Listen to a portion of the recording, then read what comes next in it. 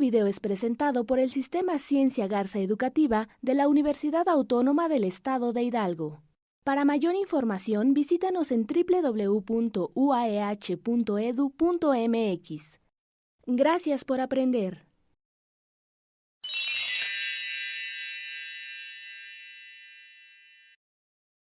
Muy buenos días, su servidor Raúl Rodarte García, doctor en Geografía y profesor del área de Ciencia Política y Administración Pública. Este curso es uno de los que forman parte de la currícula de la licenciatura en Ciencia Política y Administración Pública, que se refiere a aquellas estructuras políticas que están determinando la realidad internacional de nuestro país. En este sentido, el curso de geopolítica es básico para entender todas esas relaciones que nuestro país tiene con el resto del mundo y que tarde o temprano van a incidir en las actividades políticas que nosotros estamos realizando. Es un curso que se da entre séptimo y octavo semestre y en este sentido, en el plan de estudios se van analizando cada una de las regiones mundiales que forman toda la relación continental. En el caso de América, la dividimos básicamente en tres regiones: América del Norte, América Central y América del Sur. En este caso, agrupamos dentro de América del Norte Canadá, Estados Unidos y México. Hay que reconocer que uno de los papeles fundamentales de la región de América del Norte lo tiene Estados Unidos. Hasta este momento sigue siendo una gran potencia militar, pero para nuestra suerte, en algún momento se ha dicho que para mala suerte de México, muy lejos de Dios y muy cerca de Estados Unidos, ese tipo de frase domina mucho de lo que ha sucedido a lo largo de las relaciones, al menos durante 2 siglos con los Estados Unidos, que al final de cuentas, en las relaciones imperialistas, capitalistas, pues al final de cuentas nosotros somos parte de esa estructura económica que es Estados Unidos. Pero en este sentido, durante las últimas 3 décadas, se ha visto que el poder que concentraba Estados Unidos se ha ido deteriorando.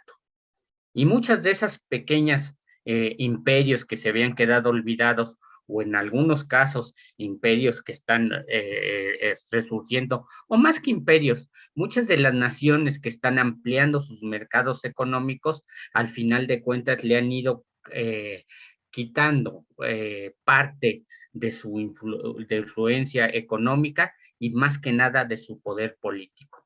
En este sentido, algo que influyó mucho, pues hay que reconocer que fue Abel que los Estados Unidos sintieron que su poder máximo había llegado para dominar completamente el mundo a finales de los años 80, cuando el socialismo que estaba dominando varias naciones, se declara, como quien dice, en quiebra.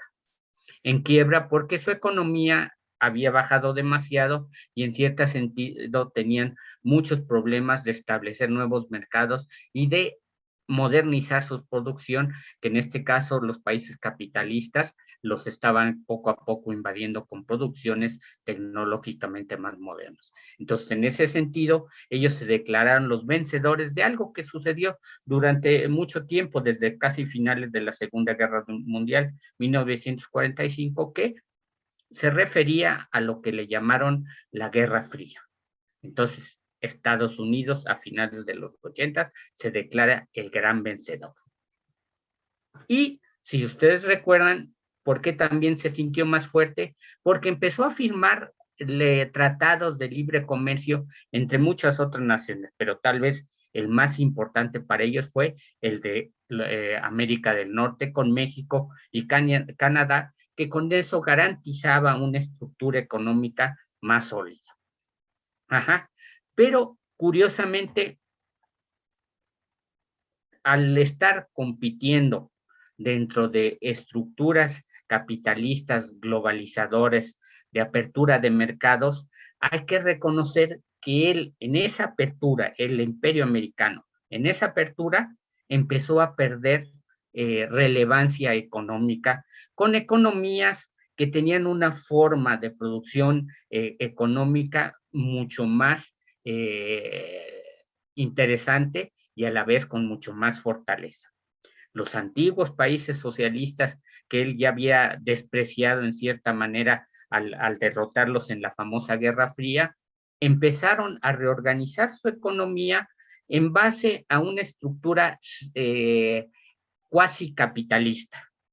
En este sentido, el gran capital lo mantenía el Estado socialista y permitió que empresarios empezaran a absorber empresas estatales, pero también a crear nuevas empresas financiadas por la estructura del Estado socialista. En este sentido, les dio una fortaleza que no se tiene dentro de las empresas capitalistas, que es tener el respaldo fijo de un gran capital que les permitiera estarse ampliando mundialmente. En ese sentido, naciones como China, que es la que más destaca, empezó a expandir su capital hacia todo el mundo. Y en ese sentido, en aquellas áreas donde Estados Unidos había en cierta forma debilitado su presencia, el capital chino, el capital ruso y de otras naciones empezó a quitarle esos mercados. Y uno de esos países, pues fue México. México, en el Tratado de Libre Comercio, dejaba esa parte donde todas las empresas que estuvieran establecidas en México podían vender directamente al Estados Unidos. ¿Por qué fue una de las debilidades para Estados Unidos ese apartado? Porque cantidad de empresas chinas, cantidad de empresas de otros países se establecieron principalmente en la frontera norte de México con el fin de vender hacia Estados Unidos. Es decir, que se les permitió la ampliación de su mercado directamente a las fronteras de Estados Unidos, lo que ha ido mermando esa relación. Pero hay que reconocer que los empresarios americanos también tuvieron responsabilidad, porque en el proceso de la globalización, sus grandes empresas empezaron a establecer industrias en todo el mundo, empobreciendo el desarrollo regional de los Estados Unidos. Entonces, poco a poco se creó una debilidad que, curiosamente, los políticos de Estados Unidos no analizaron que su problema estaba dentro y empezaron a buscar culpas en el exterior. Tristemente, uno de esos países al que le han cargado esas culpas, pues ha sido México, ¿no? ¿Y por qué México? Porque pensaron que fue una traición al dejar que se establecieran tantas empresas transnacionales de otros países y que estuvieran vendiendo al mercado americano. Pero además, muchos de los recursos naturales que tiene México por siempre los ha ambicionado Estados Unidos. Y en este sentido, ellos pensaban y siguen pensando con las últimas afirmaciones del presidente Biden, que apropiarse de los recursos naturales de México es la única garantía para que ellos vuelvan a retomar su papel como gran potencia mundial. Entonces, un elemento que hay que estar reconociendo siempre es que Estados Unidos tiene y es un gobierno militarista. Hoy, en estos tiempos, en las relaciones políticas se han quitado las máscaras. Y ya abiertamente ya no utilizan conceptos como democracia para estar tratando de expandirse en otros lugares. Abiertamente y militarmente Estados Unidos ya amenaza a todas aquellas naciones que él considera que están atentando contra su poderío económico militar. Es militarista porque, a diferencia de otras grandes naciones, le apostó a la industria militar y no a la industria de los bienes de consumo sociales, como lo ha hecho China, ¿no? Que produce televisiones, computadoras y un montón de cosas que nosotros, toda la población del mundo está utilizando diariamente. Ellos se fueron por la industria militar, que es una de las más avanzadas y de las más modernas del mundo, y en ese sentido, ¿cuál fue su problema? Que al acabar la Guerra Fría, también se acabaron los grandes conflictos militares. Y en este sentido, hubo una reducción de los presupuestos nacionales para compra de armas y en ese momento la industria militar americana se ve en problemas. Ajá. Entonces, a pesar de que tuvimos un gobierno como el de Donald Trump que hablaba mucho de guerras, pero en realidad nunca hubo una guerra, pero eso sí, el presupuesto militar lo siguió garantizando. Ahora tenemos un nuevo gobierno con Joe Biden que reivindica esa tradición que le llamó la doctrina Monroe de tratar de proteger su,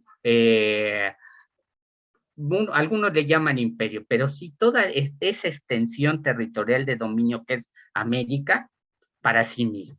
Entonces, siguió con las amenazas a Cuba, siguió con las amenazas a Venezuela, y cada vez que hay un gobierno popular en una nación latinoamericana, se le acusa de todos los males que tiene Estados Unidos, ¿no?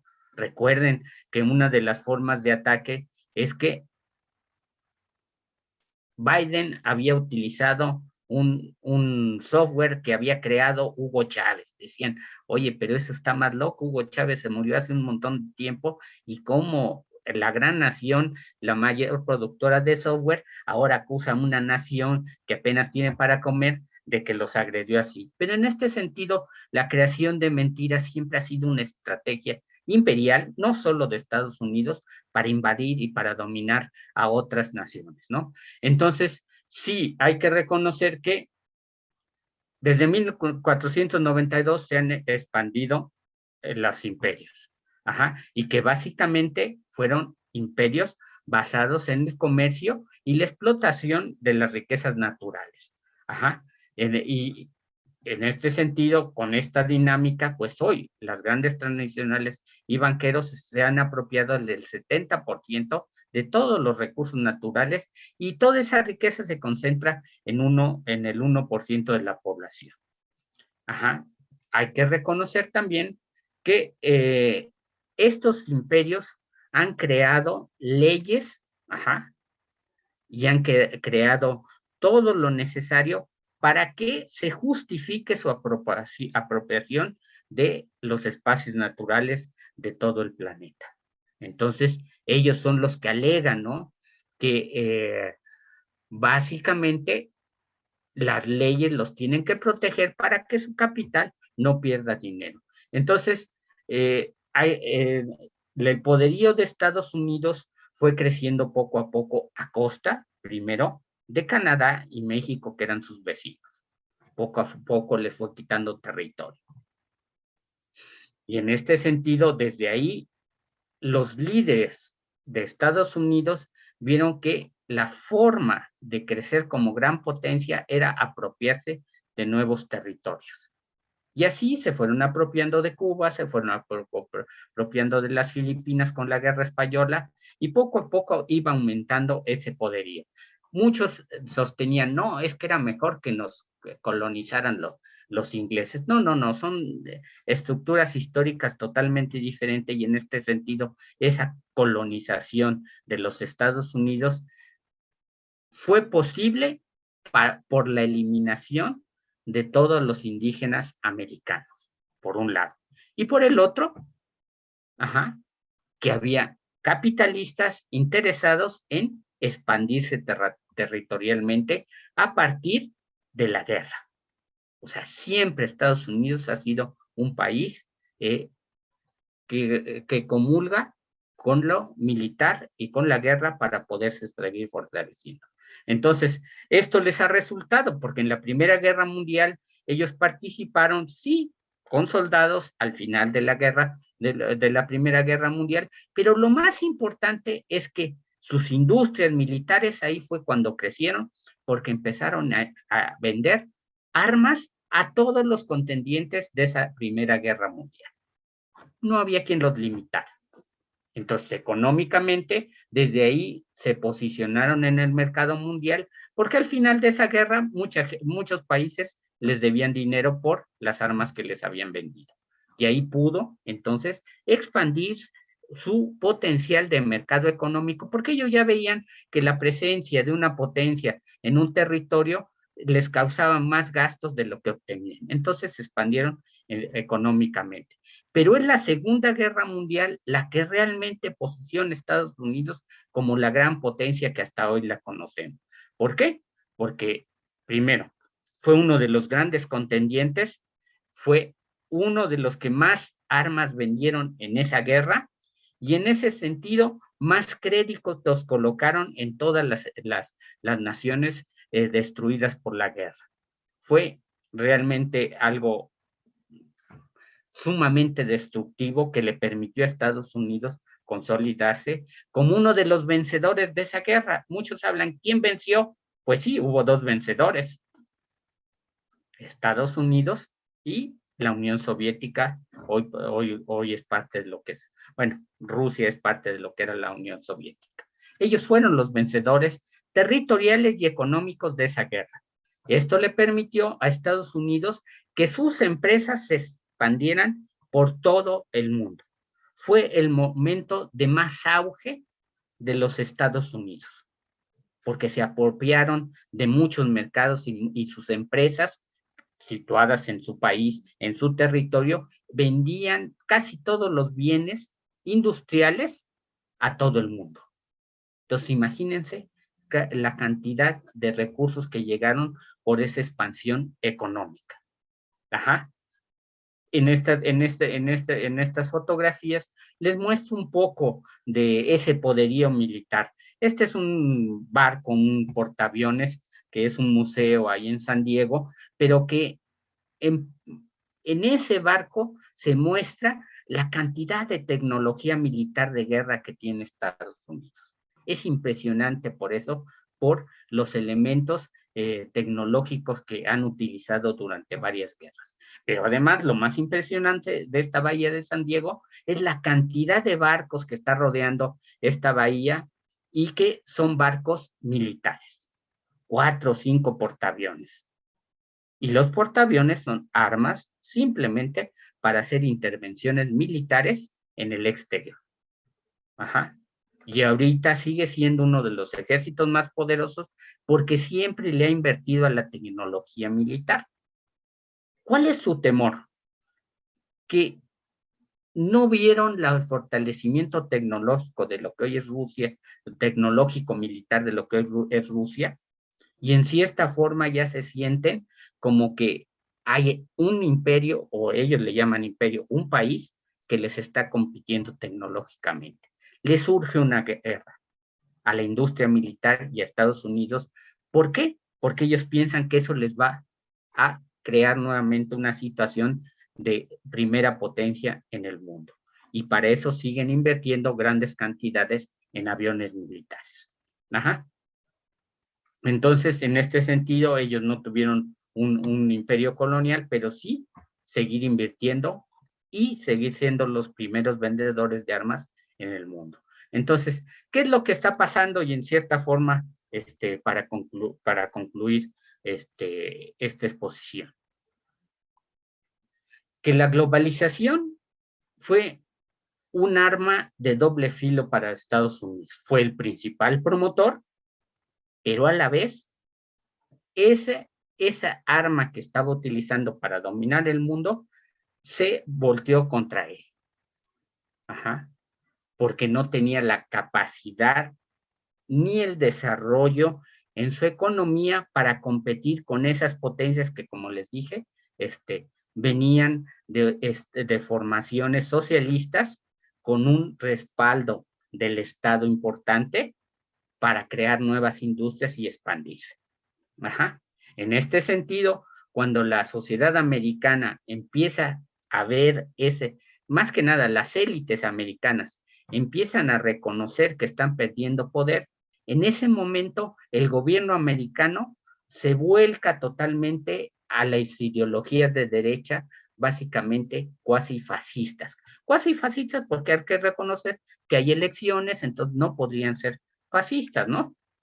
Pero sí militaristas. La presencia de gobiernos, ya sea de los Bush, padre e hijo, y en este caso de Donald Trump, pero no se queda atrás Clinton ni Obama, fue de seguir ampliando su estructura militar y seguir amenazando a los otros países con guerra para seguir vendiendo armas. Esto no ha cambiado. Pensamos muchos que al irse Donald Trump, pues esto iba a cambiar, ¿no? Pero no fue así. Todos los países seguimos protegiéndonos contra las intervenciones de Estados Unidos.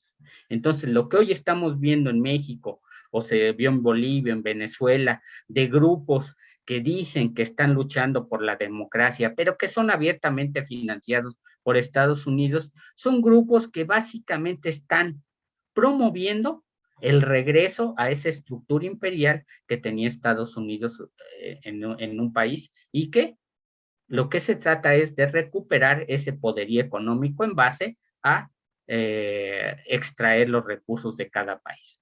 Entonces, hay que reconocer que esas estructuras de derecha hoy tienen el poder en Estados Unidos. Antes tenía la careta Donald Trump, ahora la tiene con Joe Biden, y vamos a seguir viendo una inestabilidad. ¿Por qué en este caso digamos, preocupante para los mexicanos? Primero, porque nos podrían invadir. No hay que dejar de lado que eso puede suceder. Pero también porque significan más agresiones político-económicas, porque si afectamos en este proceso de recuperación del Estado y del territorio mexicano, si se ven afectados sus intereses, pues nos van a presionar económica y políticamente. Y pues hay que reconocerlo. Desde la Segunda Guerra Mundial, Estados Unidos ha sido un parásito de la economía mundial. ¿Por qué lo hemos resistido? Básicamente porque todas las naciones capitalistas le tenían un terror a lo que fue el socialismo. Y consideraron que Estados Unidos debería de ser el encargado de defender el capitalismo. Entonces, por eso lo hemos soportado. Pero hoy el país más endeudado del mundo es Estados Unidos. Entonces, pues sí, ¿qué es lo que vamos a ver en estos últimos años? Pues básicamente va a continuar ese deterioro de los Estados Unidos, porque siguen apostando a los grandes intereses de las empresas y no al reconstituir el desarrollo de Estados Unidos. Entonces, pues hay que reconocer que eso es lo que nos puede pasar. Y bueno, no sé si quede todo bien claro, porque me detengo en esta imagen porque son las grandes instalaciones militares que están a unos metros de México, ¿eh? Las mayores instalaciones militares de Estados Unidos están en la frontera con México, ya sea en El Paso, Texas, en San Diego. Entonces, pues sí, tenemos que andar con mucho cuidado en estos momentos, porque simplemente ellos pueden decidir en sus locuras imperiales invadir a México. Tenemos que tener mucho cuidado. Ojalá no suceda, ojalá se detengan, porque la cantidad de intereses económicos que tenemos con ellos impiden cualquier invasión, porque el afectar la economía mexicana es afectar su economía. Eso es lo único que los está deteniendo, y no ninguna otra cosa humanitaria o democrática o lo que ustedes quieran, ¿no? Es simplemente que la economía de México está totalmente integrada a la americana. Eso es lo único que nosotros podemos hacer. Entonces, bueno, pues básicamente estamos como conclusión, estamos en un periodo de intensos cambios en las relaciones geopolíticas mundiales, y hoy es necesario que los politólogos, los geógrafos, se dediquen a estudiar estos cambios que están sucediendo rápidamente en la política mundial. Muchas gracias.